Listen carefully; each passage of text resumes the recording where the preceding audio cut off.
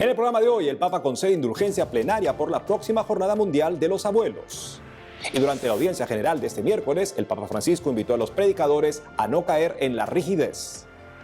Además, el Papa nombra nuevos miembros del Tribunal Supremo de la Asignatura Apostólica. Gracias por su compañía con nosotros en su programa EWTN Noticias con Enfoque Católico. Soy Eddie Rodríguez Morel. Comenzamos el programa contándoles que el Papa Francisco, con motivo de la próxima primera Jornada Mundial de los Abuelos, le concedió a los fieles la oportunidad de obtener la indulgencia plenaria. Con ocasión de la primera Jornada Mundial de los Abuelos y de las Personas Mayores que la Iglesia Católica Universal celebrará el próximo 25 de julio, el Papa Francisco concedió a los fieles la posibilidad de poder obtener la indulgencia plenaria bajo las condiciones previstas por la Iglesia. Así lo informó un decreto de la Penitenciaría Apostólica difundido por la Oficina de Prensa de la Santa Sede, junto al mensaje del Santo Padre para esta Jornada Mundial, que se realizará por primera vez el cuarto domingo de julio. En ese contexto, el decreto indicó que la solicitud de la concesión de la indulgencia plenaria fue presentada por el prefecto del Dicasterio para los Laicos, la Familia y la Vida, Cardenal Kevin Joseph Farrell, con ocasión de la primera Jornada Mundial de los Abuelos y de los Mayores, recientemente instituida por el Sumo Pontífice y organizada por este Dicasterio de la Curia Romana. Además, la Penitenciaría Apostólica concederá ese mismo día la indulgencia plenaria a los fieles que dediquen un tiempo adecuado a visitar real o virtualmente a sus hermanos mayores necesitados o en dificultad, como enfermos, abandonados, discapacitados y similares. Finalmente, el texto resaltó de manera encarecida que los sacerdotes dotados de las facultades oportunas para oír la confesión se pongan a disposición con espíritu dispuesto y generoso a la celebración de la penitencia para de esta manera poder facilitar el acceso al perdón divino a través de las llaves de la Iglesia por caridad pastoral.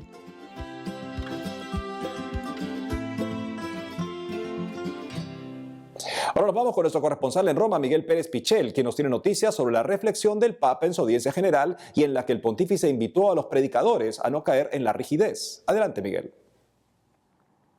Hola amigos, un saludo desde el Vaticano. Durante la audiencia general de este miércoles, el Papa Francisco explicó cómo evitar caer en la rigidez durante la predicación y cómo anunciar el Evangelio sin encerrarse en formas del pasado. En su catequesis, el Santo Padre explicó el contenido de la carta de San Pablo a los Gálatas, donde se narra cómo el apóstol desautorizó a un grupo de cristianos que pretendía imponer a la comunidad normas, prescripciones y costumbres típicas del judaísmo. El Papa advirtió que esa situación también se da en la Iglesia de hoy por parte de algunos predicadores rígidos. También hoy, como en aquellos tiempos, algunos presentan el cristianismo como si fueran los dueños de la verdad, con la tentación de encerrarse en algunas formas y tradiciones del pasado como posible solución para las crisis de hoy. Frente a esta tentación, la enseñanza que nos da el apóstol en la carta a los Gálatas es que sigamos el camino liberador y siempre nuevo de Jesús resucitado y resucitado, crucificado y resucitado, que continuemos en la vía del anuncio, que se realiza por medio de la humildad y la fraternidad, y que lo hagamos confiados, con la certeza de que el Espíritu Santo siempre actúa y guía a la Iglesia. Además, el pontífice señaló que la carta a los Gálatas muestra la gran obra de evangelización realizada por San Pablo durante sus viajes misioneros. Para el Papa Francisco, la principal enseñanza que se desprende de la carta es que el camino de evangelización no depende siempre de la voluntad o de los proyectos personales, sino que requiere la disponibilidad para dejarse moldear y seguir otros recorridos que no estaban previstos. Esta carta, por una parte, nos ayuda a conocer mejor la vida del apóstol, su conversión, su seguimiento de Jesús. Por otra parte, nos invita a profundizar en algunas cuestiones importantes que él plantea y que son muy actuales también en la Iglesia de hoy, como la libertad, la gracia y el modo de vida cristiano.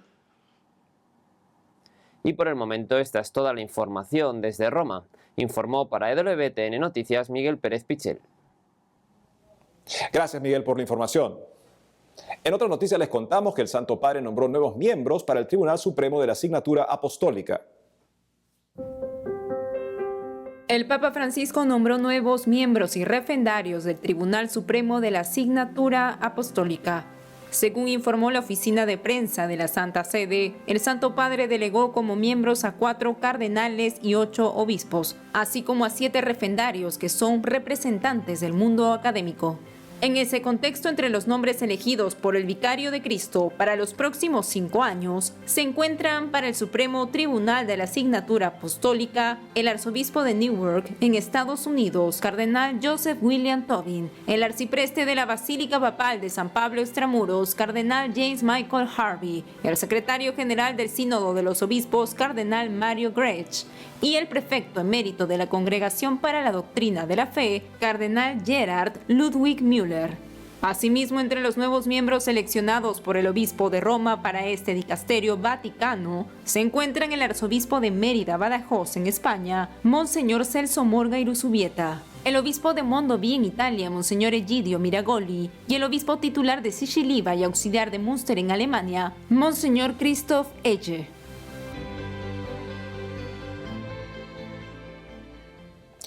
Ahora les contamos que Monseñor José Gómez detalló en un comunicado que el reciente documento de enseñanza sobre la Eucaristía aprobado por los obispos en Estados Unidos buscará profundizar en la importancia de este sacramento. El presidente de la Conferencia de Obispos de Estados Unidos, Monseñor José Gómez, indicó que los prelados del país buscan, con su nuevo documento de enseñanza sobre la Eucaristía, profundizar en la conciencia del pueblo sobre este gran misterio de la fe y despertar su asombro ante este don divino en el que se tiene comunión con el Dios vivo. Como se recuerda en la reunión anual de primavera realizada la semana pasada, los obispos norteamericanos votaron de manera decisiva para comenzar a redactar un texto instructivo sobre la Santa Comunión. En esa línea, de los prelados que votaron, casi las 3/4 partes, 168 obispos eligieron a favor de elaborar una declaración formal sobre el significado de la Eucaristía en la vida de la Iglesia, mientras que menos de 1/4 parte, 55 de ellos, votaron en contra de la moción y solo 6 se abstuvieron. Al respecto de estos resultados, Monseñor Gómez dijo en un comunicado a inicios de esta semana que el documento propuesto se centrará en la belleza y el poder de la Sagrada Comunión. De igual manera detalló que la Eucaristía es el corazón de la Iglesia y el corazón de nuestras vidas como católicos, puesto que en ella Jesucristo mismo se acerca a cada uno de nosotros personalmente y nos reúne como una sola familia de Dios y un solo cuerpo de Cristo. Es preciso mencionar que, según lo explicado por CNA, un esquema propuesto sobre la redacción en cuestión y que fue presentado por el Comité de Doctrina del Episcopado incluía varias secciones sobre las enseñanzas eucarísticas de la Iglesia, las cuales abarcan la presencia real de Cristo en el Santísimo Sacramento, el domingo como un día santo, la importancia de las obras de misericordia y la dignidad para recibir la comunión. Por otro lado, la Corte Suprema de los Estados Unidos falló a favor de una organización católica respecto a su derecho de libertad religiosa. Veamos. La Corte Suprema de Estados Unidos falló por unanimidad a favor de la organización humanitaria Catholic Social Services respecto a su demanda contra la ciudad de Filadelfia al determinar que su libre ejercicio de religión fue violentado.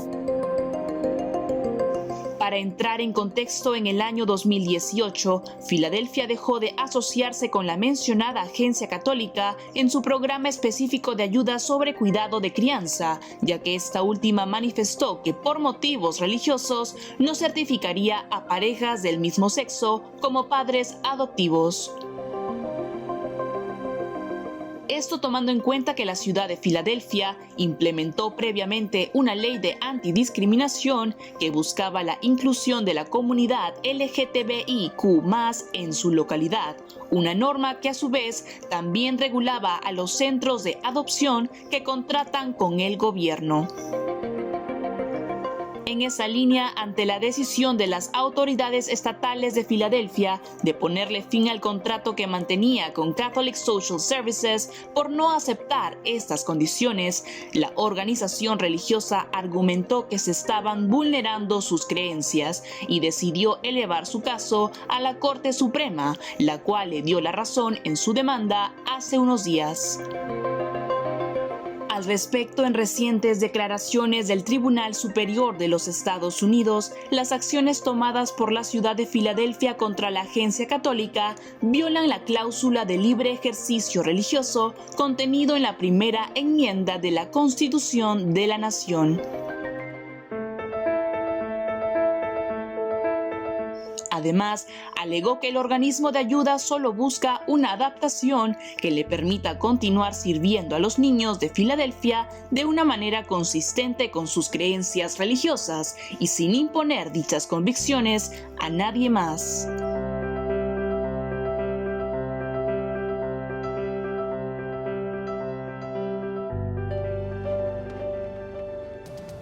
Amigos, tenemos que hacer una pausa, pero al volver, activista de derechos humanos en China señala que no se debe esperar hasta 2025 para levantar todas las restricciones en el control de nacimientos.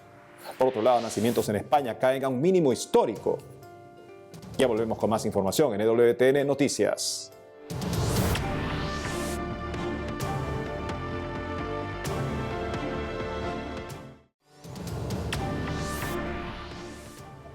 Bienvenidos nuevamente al programa.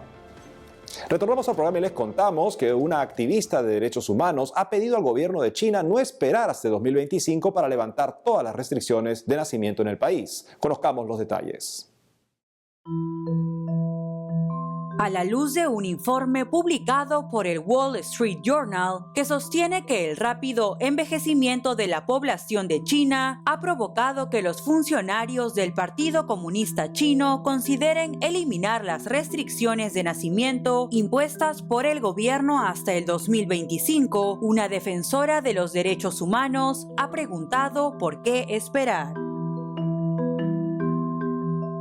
Se trata de Reggie Littlejohn, presidenta de Women's Rights Without Frontiers, Derechos de las Mujeres Sin Fronteras, una organización de ayuda y defensa fundada en respuesta a la esterilización forzada y al aborto selectivo por sexo femenino bajo la política de un solo hijo en el país, quien le dijo a CNA, agencia en inglés del grupo ASI, que sigue instando al gobierno a poner fin inmediatamente a todas las políticas coercitivas de control de la población. Al respecto, Littlejohn cuestionó cuántos millones de abortos se realizarán con demasiada frecuencia por la fuerza si se espera hasta el 2025 para eliminar las políticas de control de natalidad, y en ese sentido destacó que las mujeres deberían tener la libertad de dar a luz a sus hijos. Asimismo, lamentó que los funcionarios chinos no se han arrepentido del aborto forzado o la esterilización y que están considerando esta medida únicamente por razones demográficas y económicas.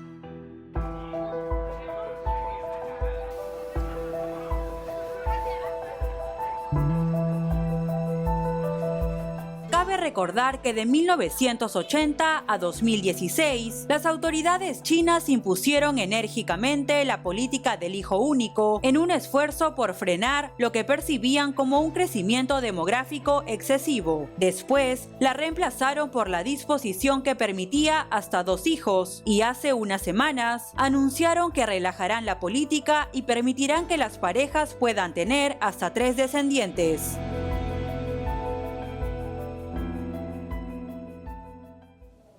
Por otro lado, nos conectamos de inmediato con nuestra corresponsal en España, Blanca Ruiz, que nos tiene noticias sobre los nacimientos en el país que cayeron en 2020 hasta un mínimo histórico. Escuchamos, Blanca.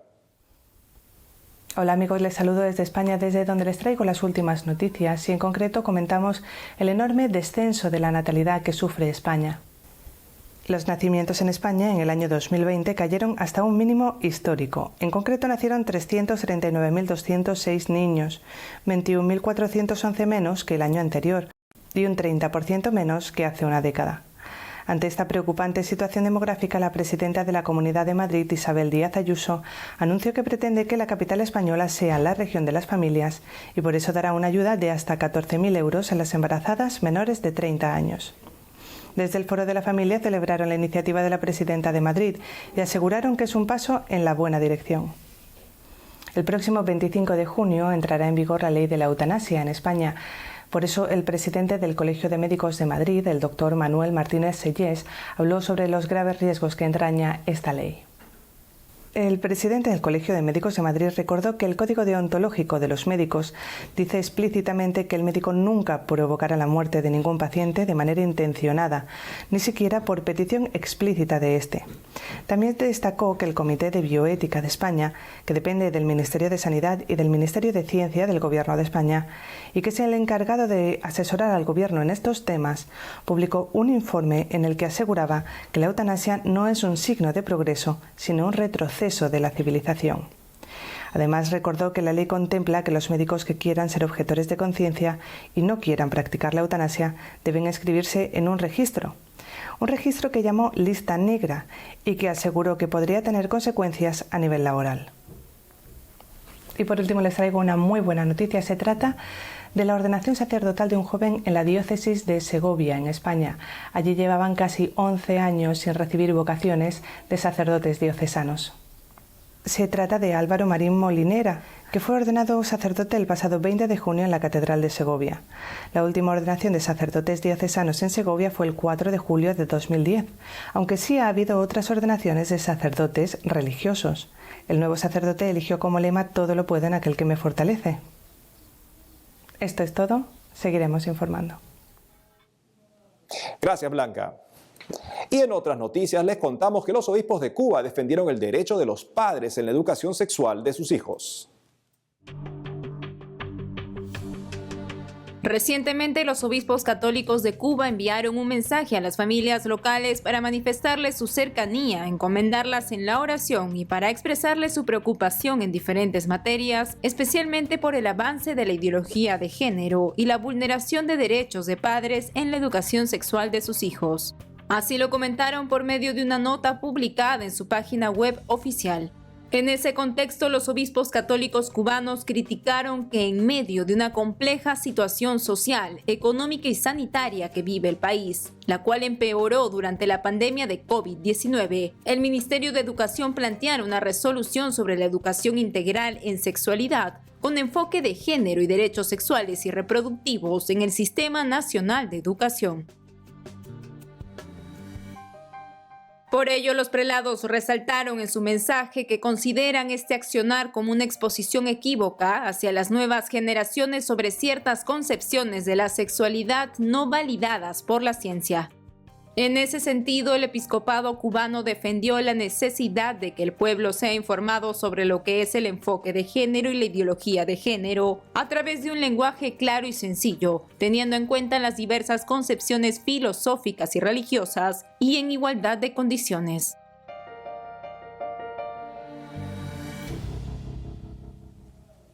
Por otro lado, les comentamos que la Liga Binacional Pro Vida y Pro Familia en Estados Unidos anunció el segundo seminario juvenil Pro Vida y Pro Familia para jóvenes católicos entre 15 y 25 años. Para darnos todos los detalles sobre este importante evento está conectada con nosotros María de la Luz Sotelo León, integrante del equipo de coordinación de la International Youth Network. Luz, bienvenida a WTN Noticias.